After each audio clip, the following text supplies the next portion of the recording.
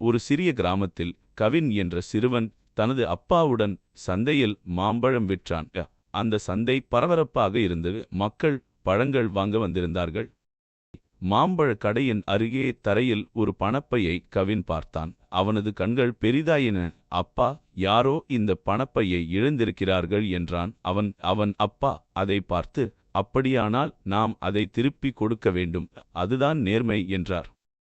கவின் அந்த பணப்பையை திறந்தான். உள்ளே நிறைய ரூபாய் நோட்டுகள். அவன் மனதில் சாக்லேட், பொம்மைகள், விளையாட்டு உபகரணங்கள் வந்தன. ஆனால் ஒரு விஷயம் அவனுக்கு ஞாபகம் வந்தது. நேர்மை என்றால் யாரும் பார்க்காமலிருந்தாலும் சரியானதை செய்வது என்று ஆசிரியர் சொல்லியிருந்தார்.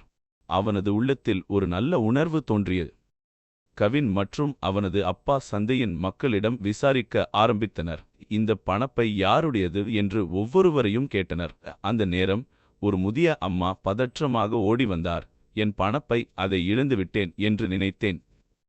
திறந்தார். கண்களில் மகிழ்ச்சி ஒன்றும் தவறவில்லை. நீங்கள் எவ்வளவு நேர்மையாக இருக்கிறீர்கள் என்றார். அவர் கவினை ஆசீர்வதித்தார். அவனது அப்பா புன்னகையுடன் பார்த்தார். நாமும் நேர்மையாக இருப்போம். வாய்மையே வெல்லுங்க. இந்த வீடியோ பிடித்தால் சப்ஸ்கிரைப் பண்ணி லைக் ஷேர் பண்ணுங்க. நன்றி.